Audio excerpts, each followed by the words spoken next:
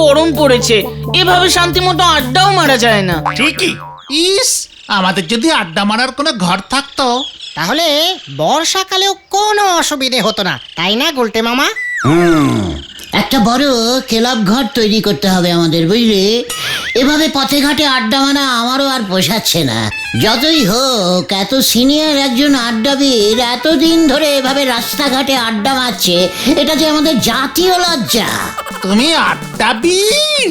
কেন, গলদপুরের কেলটাবুলার সন্দেহবাতিক বলদ পাঁচু, যে মানুষটি তার সারাটি জীবন আড্ডার জন্য উৎসর্গ করিলেন, উনি কি বীর নন? জয় আড্ডাবীর গুলটে মামার জয়। রে, তোরা সকলে জয় বল, চুপ মেরে গেলি কেন? মানে বলছি জয়। ইয়ে মানে এত তাড়াতাড়ি না ব্যাপারটা হজম হয়নি। বলছি, আড্ডাবিদ গুলটে মামার জয়। জয়। জয়ধ্বনি দিবি নাকি কাজের কথাও বলবি? কাজের কথা? আমরা আবার কাজের কথা কখন বলি? ভেন্ডি, ইডিয়স্টিকের মতন কথা বলবি না বলে দিলুম। আমরা এতক্ষণ ধরে কি তাহলে গুলগাপ্পা মারি? ইয়ে মানে ওই সব মিলিয়ে আর কি, কাজ খুব কঠিন টাইপের আকাজ। ইয়ে ঠিক, আমরা কঠিন টাইপের আকাজীয় আলোচনাও অনেক গুরুত্ব সহকারে করিয়া থাকি, এটা ভুলে যাস না ভেন্ডে। এখন তাহলে কি নিয়ে আলোচনা করব গুলটে মামা? ওই যে বললাম, ক্লাব। আমাদের একটু শক্তপোক্ত 2 তলা ক্লাব ঘর কি করে করা যায় সেটা নিয়ে ভাবতে হবে আমাদের, খুব ডিপলি ভাবনা, বুঝলি? বাবা, একেবারে 2 তলা ক্লাব ঘর? ইয়েস, 1 টাইমে 2 তলা ক্লাব ঘর। 2 তলার ইংরেজি কি তাহলে 2 তলা হবে গুলটে মামা? ঘটন, মেইন পয়েন্টিং থেকে কথা ঘুরাবি না বলে দিলাম। কিন্তু তার জন্য তো অনেক টাকা দরকার গুলটে মামা। ওটাই তো আমাদের নেই।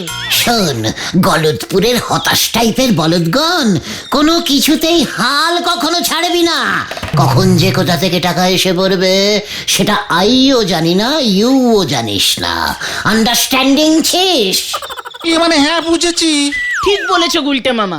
এই তো সেদিন বাবা বলছিল, বাবার বন্ধু আছে না দত্ত কাকু, উনি ওনার দাদুর একটা নিব ভাঙা পেন বিক্রি করে 1.5 লক্ষ টাকা পেয়েছেন। কি? হ্যাঁ, 1 পিস পুরনো পেন বিক্রি করে 1.5 লক্ষ টাকা? তাও পেনটার নিব ভাঙা? তার মানে লেখা পড়ে না? হ্যাঁ, বাবা বলল পুরনো জিনিসের অনেক দাম হয়। এই ঘটনাটা এসব কি বলছে রে পাঁচু? ওল্ড জিনিসের বিগ দাম, এটা তো জানতাম না। ঘটন ঠিকই বলেছে গুলটে মামা। বাবার এক যজমান জমিদার ছিল এক সময়ে, তাদের বংশের একটা পুরনো পিকদানি, মানে পান খেয়ে পিক ফেলে যে কৌটোয়, সেটা বিক্রি করে 70,000 টাকা পেয়েছিল। এসব কি বলছিস পাঁচু? আগে বলিসনি কেন তুই? পিক মানে পিকদানি, মানে পান খেয়ে পিক ফেলে যে কৌটোয়, সেটা বিক্রি করে 70,000? ওরে বাবা, আমি যে আর মাথা ঠান্ডা রাখতে পারছি না।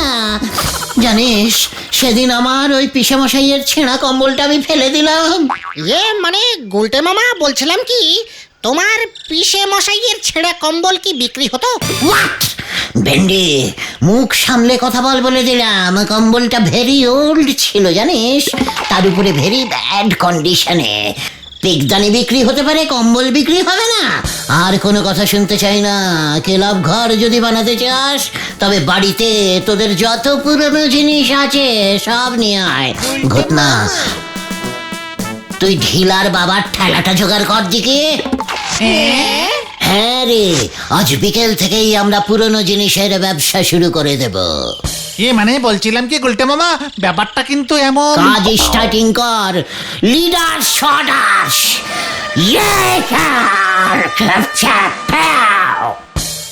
এই ভালো ছেঁড়া জামা আছে, ঘটনার ফাটা প্যান্ট আছে, আমার বাবার ছেঁড়া তাপ্পি মারা পাঞ্জাবি আছে, পায়খানার মগ, ফুটো বালতি চাই, আমার দাদুর বালিশ চাই। আরো জোরে চেঁচা। এই পুরোনো ভালো ভালো ভাঙা চোরা চেরা বাটার জিনিস আছে। এই যে এই প্লাস্টিকের ভাঙা মগখানের দাম কত রে? আপনার পছন্দ আছে বলতে হবে দাদু, একেবারে ঠিক জিনিসটি তুলেছেন। এক সময় এই মগটি লইয়া এই ঘটনের দাদু রোজ দিনে 10-12 বার ওই দিকে ওইখানে যেতেন। ভারী সুন্দর, খুব টেকসই, মাত্র 5,000 টাকা দাদু। কি কস? এই ভাঙা মগখানের দাম 5,000 টাকা? ওই তোরা কি সুস্থ আসোস না মস্করা করস আমার লগে? দাদু, মগটার গন্ধটা একবার শুঁকে দেখুন, তারপর দরদাম করবেন। ঠিক আছে, 15 টাকা না হয় কমই দেবেন। বেআই কাইলা, তুই গন্ধ শোক।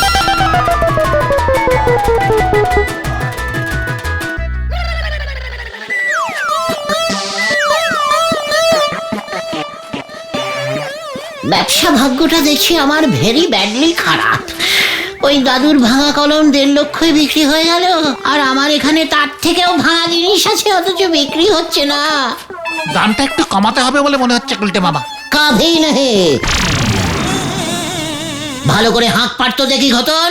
পুরনো ফাটা বালিশ চাই, পুরনো হাফ প্যান্ট আছে, ছোটা তাপ্পি মারা, পুরনো ছেঁড়া গামছা লাগবে, পুরনো হাফ প্যান্ট, পুরনো ছেঁড়া বালিশ। বুঝে বাপ রে বাপ, এ আবার কেমন বিজনেস শুরু করলে গো নন্দ ভন্ড গুলটে বাবু? নরা, তোর কাছে যদি কোনো পুরনো কাপ প্লেট থাকে তাহলে দিয়ে দে, 1,500 টাকায় বেচে দেবো। এ কি বলতেছ গো? পুরনো জিনিসের এত দাম হয় বুঝি? কালই তো ভাবতেছি আমি আমার এই পাজামাটা আগে খুলে দিয়ে দেব। এটা আমার ঠাউরদার পাজামা ছিল গো, অনেক দিন পরে ফেলেছি। এই থাক দাদা, ওটা পরে দিও। আমরা আগে কিছু জিনিস বিক্রি করে নি, তারপরে নতুন মাল তুলবো। ও এখনো কিছু বউনি করতে পারোনি বুঝি?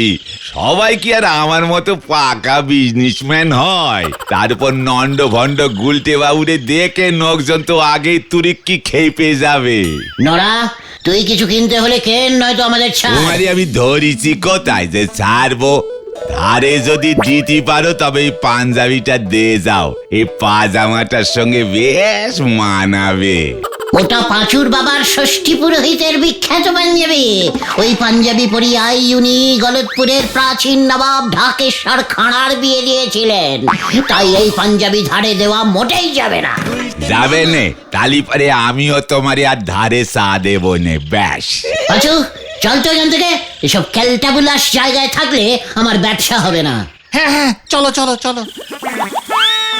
পুরনো ভালো ভালো ছেঁড়া পাজামা আছে, পুরনো রেডিও আছে, জীবনেও চলবে না, আরো অনেক পুরনো জিনিস আছে।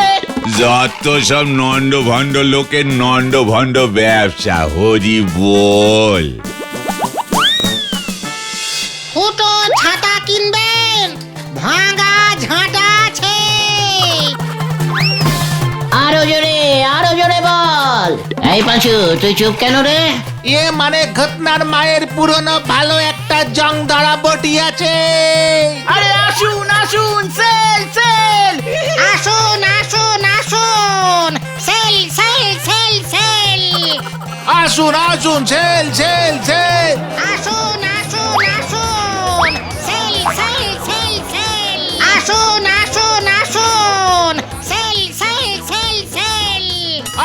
আসুন সেল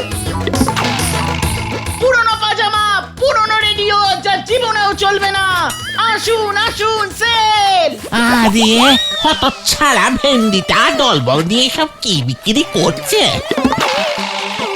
ভেন্ডির বাবার পুরনো দিনের কোট আছে, ঐতিহাসিক কোট। এই কোট পরে টানা 171 টাকা সেরেছিল চন্ডী কাকু। ওই এইসব কি বলছিস তোরা? কেস গন্ডগোল। মেসমশাই, দেখুন আপনার ওই ফাটা কোট এখন নগদ 5,000 টাকায় বেচবো আমরা, বুঝেছেন? এক কোটে 171 টাকা সেরেছেন, দাম তো উঠবে। হতচ্ছাড়া চিৎকার করে সারা পাড়ায় এসব কি বলে বেড়াচ্ছে? দাঁড়া তোদের মজা দেখাচ্ছি। ওরে বাবা গো, এই আমি না সব গুলটে মামা।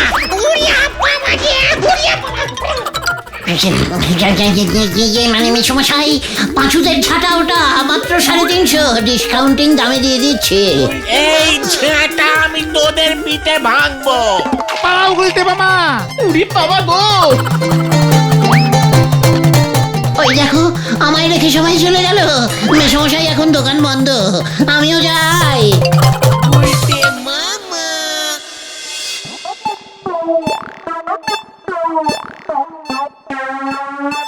আমি কিছুতেই বুঝতে পারছি না, ওই জমিদার বাবুর পেগদানি 70,000 টাকায় বিক্রি হলে ঘোতনের দাদুর ওই পটিখানার মগটা মাত্র 3,500 বিক্রি হলো না কেন? গুলটে মামা, ওই কলম পিকদানি এগুলো বেশি দামে বিক্রি হওয়ার না অন্য কারণ আছে। হোয়াট কারণ? ওই দত্ত কাকুর দাদু যার কলম, তিনি একজন স্বাধীনতা সংগ্রামী ছিলেন। ওই কলম দিয়ে উনি নাকি ওই সময়ের বড় বড় স্বাধীনতা সংগ্রামের নেতাদের জেল থেকে চিঠি লিখতেন। ভেরি ইতিহাসিক।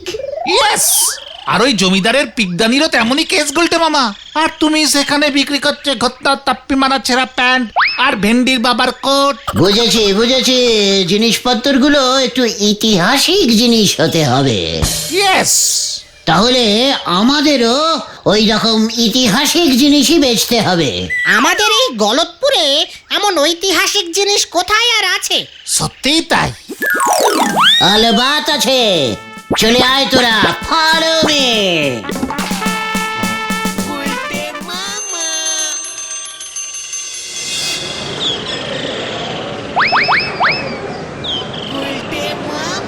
আইতে পারি? ইয়ে মানে আই কাম স্যার। কে? ও, উজবুকের দল। তা কি মনে করে? আগে স্যার, আপনার ওই চেয়ারটা দিয়ে দিন স্যার, বেচবো। কি? হ্যাঁ স্যার, আপনার চেয়ারটা বেচে দেবো স্যার, ভালো দাম পাবেন। কত পুরনো চেয়ার স্যার, আপনার আগে কত হেড স্যার ওই চেয়ারে বসেছে বলুন তো। আচ্ছা, আপনি কত নম্বর হেড স্যার ছিলেন স্যার?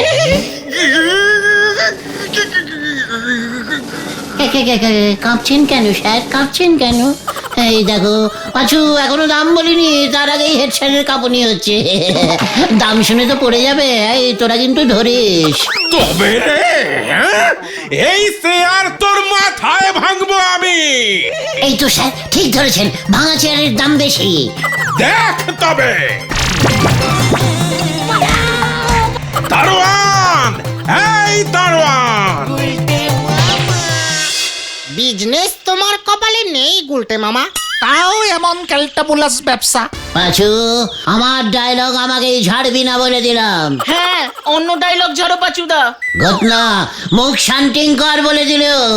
শোন, গলদপুরের অস্থির বলদের দল, বড় বড় কাজে এমন অনেক ছোট ছোট বাধা আসে রে। তা বলে আমাদের থেমে থাকলে তো চলবে না। থামবো না তো চলবো কি করে সেটা তো বলো। আমি একটা জব্বর ইতিহাসিক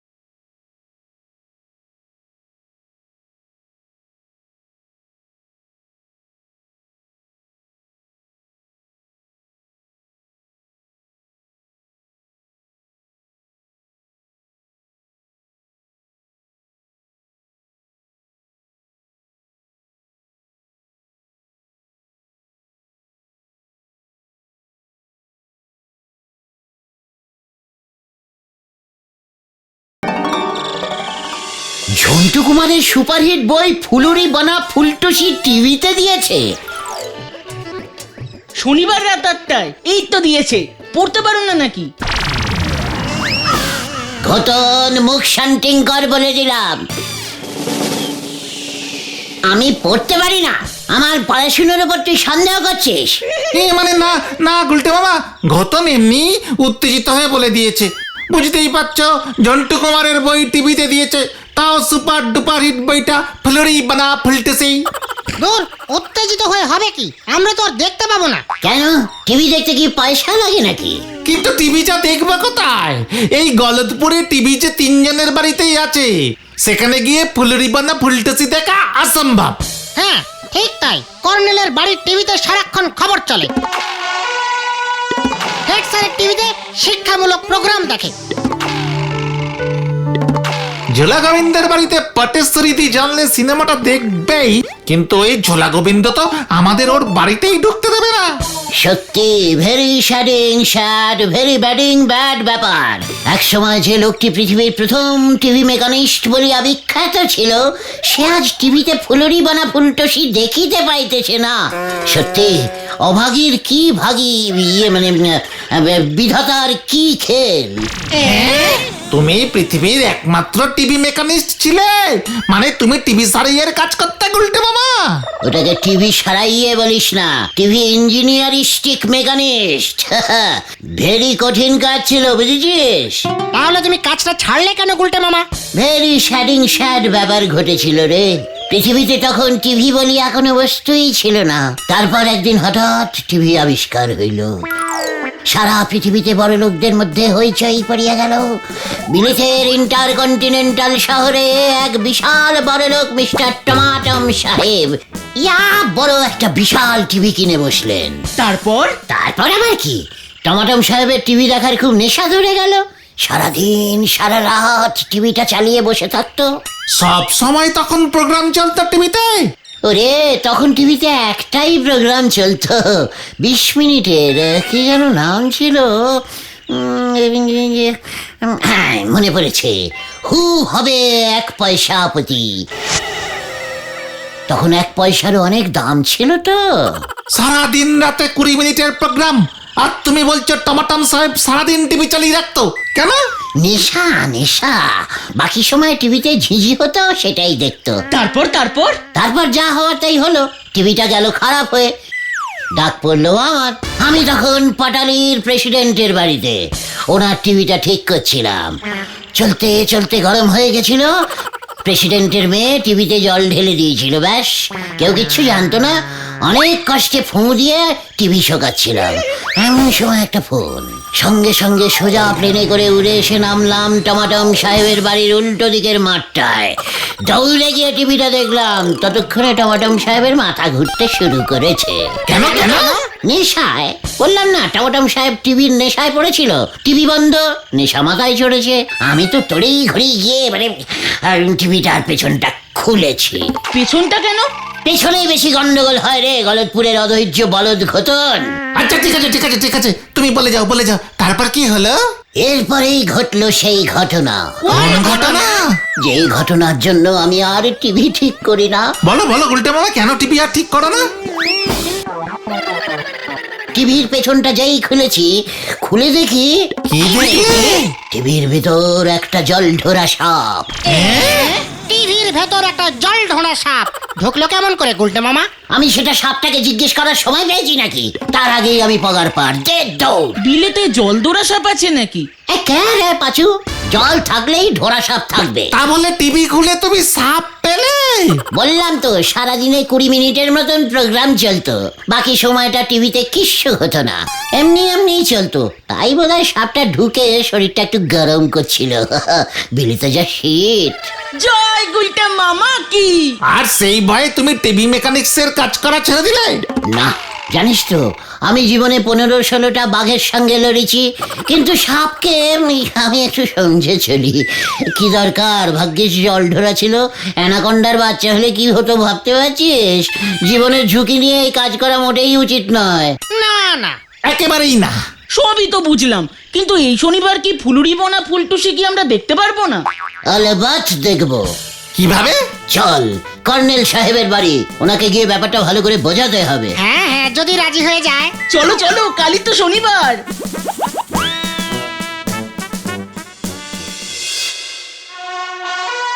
হোয়াট ফুলুরি বলা ফুলতেছে হিন্দি সিনেমা সাবধান।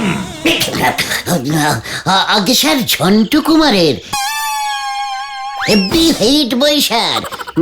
স্যার নায়িকা হচ্ছে মিস অঞ্জলি, দেখবেন না গিয়ে? মানে মিস অঞ্জলি ওই কোমর দুলিয়ে টুইস্ট নাচে যে। আগে হ্যাঁ স্যার। বিশ্বরাম। তাহলে স্যার কালকে সবাই একসঙ্গে বসে চা বিস্কুট খেতে খেতে সিনেমাটা দেখবো। চুপ! সবটাই নির্ভর করবে কাল আমাদের দেশের অবস্থা কেমন থাকে তার উপর। স্যার একটা সিনেমা দেখবো। সিনেমায় দেশটাকে টানবেন না স্যার। স্যার এটা খুব রোমান্টিক ধরনের সিনেমা। বিশ্রাম, দেশের খবর রাখতেই হবে। বিশেষ সূত্রে জানা যাচ্ছে দেশের সেনাবাহিনীকে আরো মজবুত করবার জন্য দেশের যুবকদের ভর্তি নেওয়া হচ্ছে। খবরটি শোনা মাত্র দেশের ছেলেপিলেরা যেন সত্তর সেনাবাহিনীতে যোগ দেন। সাবধান! তোমরা সবাই এবার সেনাবাহিনীতে যোগ দেবে। চলো বাইরে, এখনই প্যারেড স্টার্ট করো। কি সিনেমা দেখতে এসে সব কি হচ্ছে? সেনাবাহিনী না স্যার, আমরা সিনেমা দেখবো। চলে রে বাজু, এখান থেকে কেটে পড়ি।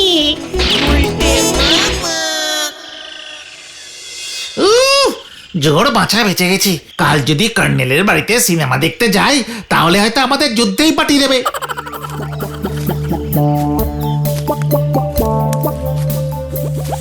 হেড স্যারের বাড়িতে গিয়ে কাজ নেই। ওখানে তো কোনো চান্সই নেই। সিনেমা আমাকে দেখতেই হবে। ওই ঝোলা গোবিন্দের টিভিতেই আমি সিনেমা দেখবো। কিভাবে? আমাদের তো ঘরে ঢুকতেই দেবে না। ব্যালকনিতে বসে দেখবো। হ্যাঁ রে।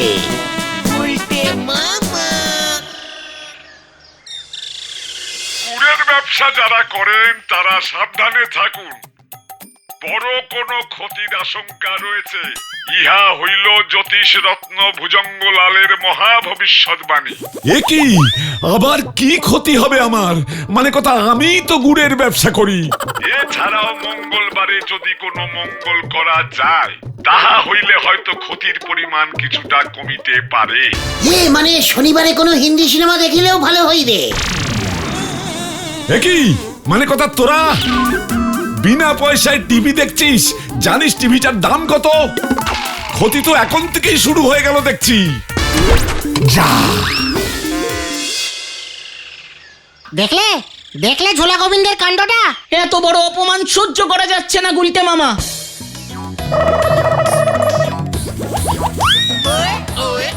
অপমান কা বদলা হাম নেবুঙ্গা, মানে নেবই।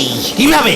ভেন্ডে, এতদিন অনেক নারকেল গাছে উঠেছিস, এবার ওই কার্নিশ বেয়ে ছাদে ওঠ, তারপর ওই টিভির অ্যান্টেনাটার ব্যান্টেনা বাজিয়ে দে। হ্যাঁ, অপারেশন স্টার্ট কর এক্ষুনি। পটেশ্বরীতেই যদি টের পায় না। খুশি হবে, পটু খুশি হবে, কারণ ওর বাবা টিভিতে শুধু জ্যোতিষ দেখে। যা কাজে লেগে পড়।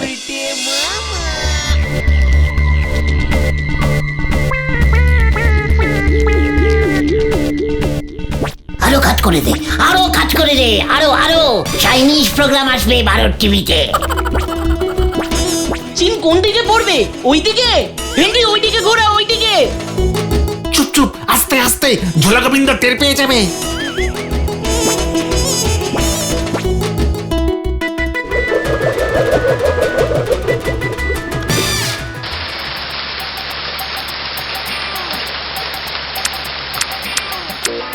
এ কি মানে কথা, টিভিটার আবার কি হলো?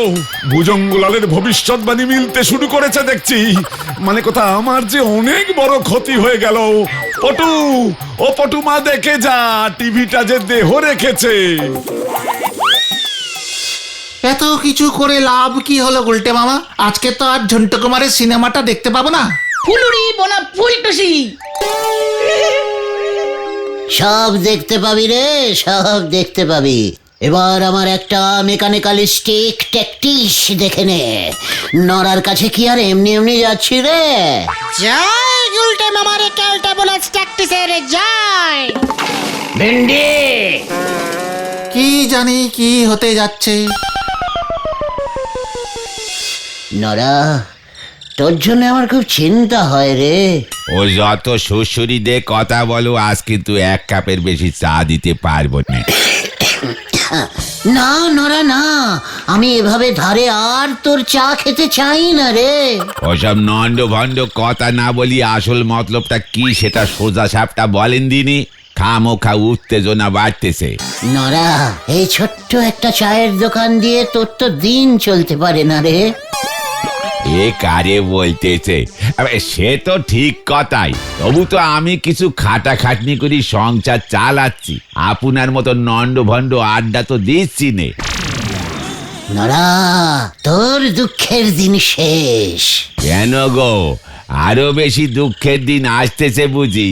না নড়া না, তোর দোকানের সেল বাড়ানোর উপায় আমি বার করে ফেলেছি। এ আপনি কি বলতেছেন গো? আমার দোকানের বিক্রি বাড়ানোর বুদ্ধি সেও আপনার আছে নাকি? এ জানতেন নে তো? আলবাত আছে, ভেরি ইনটে ফুলি ইনটে ক্যালি বুদ্ধি। এই মেরেছে তা আপনার ওই ইনটে ফুলি কালি বুদ্ধি বলি ফেলেন দিনি। নড়া, তোর দোকানে একটা টিভি বসা। কি বসাবো? আরে টিভি টিভি, টেলিভিশন। ওটা টেলিভিশন হবে গুলটে মামা। আরে দত্তরি যেটাই হোক না, নড়া বুঝলেই হলো। উত্তেজনায় আমার রক্ত ফুটছে নড়া। চায়ের জল ফুটলি চিনি দিতে বলতে, তা রক্ত ফুটে আর লাভ নেই। তা টিভি বসালে কি হবে শুনি?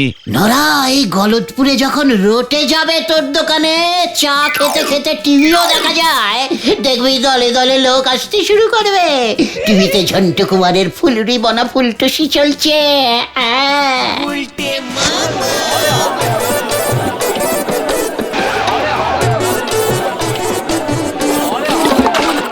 ও নড়াদা, নড়াদা, হ্যাঁ, এই বুদ্ধিটা তো জবর বাতলেছেন। তা আমি ওই টিভি কোথায় পাবো বলেন দিনি? ইনভেস্টিং করবি? কি ভেস্টিং করবো? দরকার হলে কিনবি। টাকা? আমার এই টাকাটা কে দেবে শুনি? ওরে ধারে কিনবি রে নড়া, ধারে। এই এসে আমার এই ধারটা দেবে কে? ওই ঝোলা গোবিন্দ। দরকার হলে ধারেই ওই ঝোলা গোবিন্দর টিভিটা কিনে ফেলবি। ওই গোবিন্দ বাবু?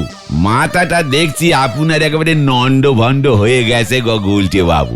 না নড়া না, মাই মাথা এই একেবারে ঠিকঠাক ওকে আছে। আমি যা বলছি মন দিয়ে শোন। আমার কাছে খবর আছে গোবিন্দ গুছাইতে টিভিটা খারাপ হয়ে গেছে। তুই ওটা 10-12 টাকায় কিনে নে। বোঝো, তা সে খারাপ টিভি কিনে আমার কি না ভাবে শুনি? ওরে বাঁচুরে, তোরা নড়াকে বোঝা, নড়াকে বোঝা। আমি এককালে কত বড় টিভি মেকানিস্ট ছিলাম রে, সেটা কি তুই জানিস? হ্যাঁ হ্যাঁ নড়াদা, গুলটে মামা এটা ঠিক বলছে। তার মানে আমি যাতা দামে গোবিন্দ বাবুর টিভিটা কিনে আনবো, তারপরে নন্ড ভণ্ড গুলটে বাবু সে টিভি ঠিক করে দেবে। বাবজি বাপ, আপনার টিভি ঠিক করার গুণও আছে দেখতেছি। আমি কিন্তু কোনো পয়সা নেব না, চায়ের সঙ্গে কাটাকাটি করে নিবি। তালি তো বেশ ভালোই হলো। তা কখন যাবো ওই টিভি কিনতে? এক্ষুনি যাও নড়াদা, আমরা তোমার দোকান পাহারা দিচ্ছি। আজ সন্ধ্যাতেই হেব্বি বই আছে। বলতেছ? হ্যাঁ তালি পরে যাই, কি বলো? হ্যাঁ, গেলুম তালি, হরি বল। দেখেছিস আমার ইনটে ফুলি ট্যাকটিস? টিভিটা যে আসলে খারাপ হয়নি সেটা তো শুধু আমরাই জানি। তাও আমার কেমন যেন ভয় ভয় করছে গুলটে মামা। ওরে গলতপুরের ভিতু বলদ পাঁচু, ঝোলা গোবিন্দ এতক্ষণে বোধহয় রাজিও হয়ে গেছে রে। কি মানে কথা, তুই কি কিনবি? এগে বাবু, আপনার এই নষ্ট টিভিটা। আমার টিভি যে খারাপ হয়ে গেছে মানে কথা, সেটা তোকে কে বললো? ওই নন্ড ভণ্ড গুলচি বাবু। নড়া, মানে কথা ও যে দেখছি সারা গলতপুরে রটিয়ে দেবে যে আমার টিভি খারাপ হয়ে গেছে। দেবে বই কি। আপনার মতো এত বড় লোকের বাড়িতে নষ্ট টিভি আসে এটা শুনলি পর লোকজন কি মনে করবে বলেন দিদি? তাই তো আমি ছুটতে এলুম। 10 টাকা দিচ্ছি, টিভিটা আমারে দিয়ে দেন বাবু। কত টাকা? 10 টাকা না পোষালি 12:30 পর্যন্ত উঠতে পারি। নড়া, মানে কথা 12,000 টাকার টিভি আর তুই আমাকে 12.5 টাকা দিবি? মাথায় রক্ত উঠে যাচ্ছে বলে দিলাম আমার। এ তো বাবু একটু উঠবি, কত নষ্ট হলো বলেন দিদি? এখন ওই নষ্ট টিভি ঘাড়ে করে আমাদের নিয়ে যেতে হবে, তারপর গুলটে বাবুরে দে ওই টিভি আমি ঠিক করব। যদি গুলটে বাবু টিভিটা ঠিক করতে না পারে তবে তো ওই 12.5 টাকা আমার পুরো নষ্ট হয়ে যাবে বাবু। কত বড় ঝুঁকি আমি নিচ্ছি সেটা একবার বোঝেন দিনি। মানে কথা ওই টিভি কে ঠিক করবে? আরে গুলটে বাবু গো, এ তল্লাতে আর তো কেউ টিভি ঠিক করতে পারেনি। তুই চলে যা নড়া, মানে কথা গুলটেকে পাঠিয়ে দে। আমার টিভি আমি তাহলে নিজেই ঠিক করে নেব। এ কেমন কথা হলো? গুলটে বাবু কি আমারে দিয়ে ওনার ওই মেকানিস্টের সেলসম্যানগিরি করালেন? ভালো মানুষের ভাত নি দেখতেছি। ঠিক আছে বাবু, একবার ভেবে দেখবেন আমি 15 পর্যন্ত উঠতে পারি। নড়া,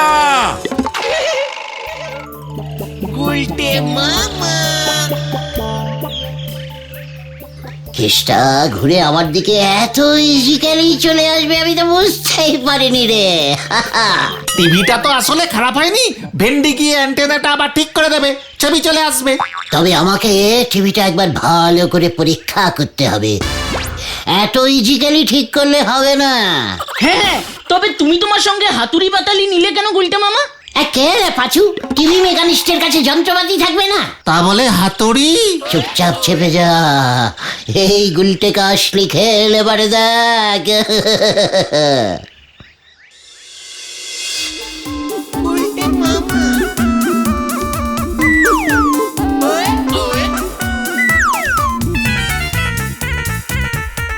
এই মানে কথা টিভির চারপাশেও গোল গোল করে ঘুরছে কেন?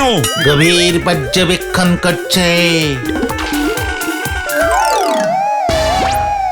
ধরে ফেলেছি ঝোলা গো, মানে গোবিন্দ বাবু, আপনার টিভির অ্যান্টেনাটা খারাপ। হ্যাঁ, মানে কথা দেখলি তো টিভি, টিভি দেখেই বুঝে গেলি মানে কথা আমার ছাদের অ্যান্টেনা খারাপ। টিভির সঙ্গে অ্যান্টেনার ভেরি ইন্টারকন্টিনেন্টালি কানেকশন আছে। ইয়ে ধরুন গিয়ে আপনার সঙ্গে যেমন এই ঝোলাগুড়ের। ইয়ে, মানে ঠিক আছে, মানে কথা যা করার তাড়াতাড়ি কর। পটেশ্বরী এসে যেন দেখে টিভি ঠিক হয়ে গেছে, নয়তো আমার সঙ্গে তোদেরও বিপদ আছে। ভেন্ডি যা তো, অ্যান্টেনাটা যে অবস্থায় ছিল ঠিক সেই রকম করে দিয়ে আয় গিয়ে। কি ও কি করে জানলো? আমার সঙ্গে থেকে থেকে আমি টিভি ঠিক করি, ও অ্যান্টেনা। এই যা যা তাড়াতাড়ি ওর তো দেখি ছাদে। এই তো, এই যাচ্ছি। মেসমশাই বলছিলাম যে পটু কোথায়? হরির হোটেলে মটন রোল খেতে গেছে, মানে কথা এসে নাকি আবার সিনেমা দেখবে। ফুলুরি বনা ফুলটুসি, আমরাও দেখবো। কি? চুপকার ঘটন, ছোটরা হিন্দি সিনেমা দেখে না। আমি অ্যান্টেনা ঠিক করে দিয়েছি, এবার টিভি চলবে। ভেরি টেকনিফুলি মেকানিস্ট তো আমি, দেখবেন একদম টিভি ঠিক হয়ে গেছে।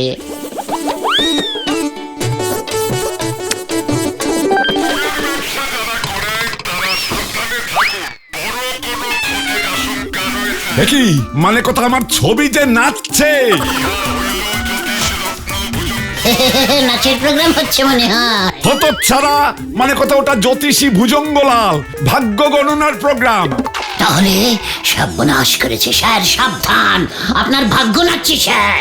টিভি ঠিক করে দে মানে কথা আমার, নয়তো তোর কপালে দুর্ভাগ্য নাচবে এবার। দেখি ভেন্ডে, অ্যান্টেনাটা আগের মতো করিসনি কেন? করলাম তো। ঠিক যে অবস্থা থেকে তুই অ্যান্টেনাটাকে বেঁকিয়ে চিমদেশের দিকে করেছিলি। এটা আবার কবে করলো? আমি না, গুলটে মামা বলেছিল। ইয়ে মানে স্যার, চীনের প্রোগ্রাম ধরে কিনা একটু টেস্টিং করছিলাম স্যার। অনেক ভালো ভালো চৈনিক জ্যোতিষীর প্রোগ্রাম হয় কিনা, জ্যোতিষী চার্লি ট্যাং, জ্যোতিষী চিলি চিকেন, মানে চিলি ম্যান। ওই ওই তুই আমার টিভির ছবি ঠিক করে দে, নয়তো এক্ষুনি আমি বলো হরি দারোগাকে ফোন করব। এই দেখো, এই সব টেকনিক্যালিস্টিক ব্যাপারে আপনার আবার পুলিশটিক ব্যাপার কেন ঢোকাচ্ছেন স্যার? আগে টিভির ছবি ঠিক কর তুই। ছবিটা নাচছে, নাচটা কেমন রে বাঁচু? হ্যাঁ, কেমন যেন একটা নাগিন ড্যান্সিং টাইপের ছবিটা কাঁপছে, তাই না রে? ধরে ফেলেছি, ধরে ফেলেছি। এই কি ধরেছিস? এই টিভিটার ভেতরে একটা সাপ ঢুকেছে। কি মানে কথা, কি ঢুকেছে? সাপ, সাপ, জল ধরা, সরে যান স্যার, গোখরও হতে পারে। মানে কথা, টিভির ভিতর সাপ ঢুকলো কিভাবে? পেছনের ফুটো দিয়ে। টিভির ওপর কখনো দুধ কলা রেখেছিলেন নাকি? আবে মানে কথা, পটু রেখেছিল বোধহয়, ও তো সকালে দুধ কলাই খায়। ঠিক ধরেছি। উল্টে মামা।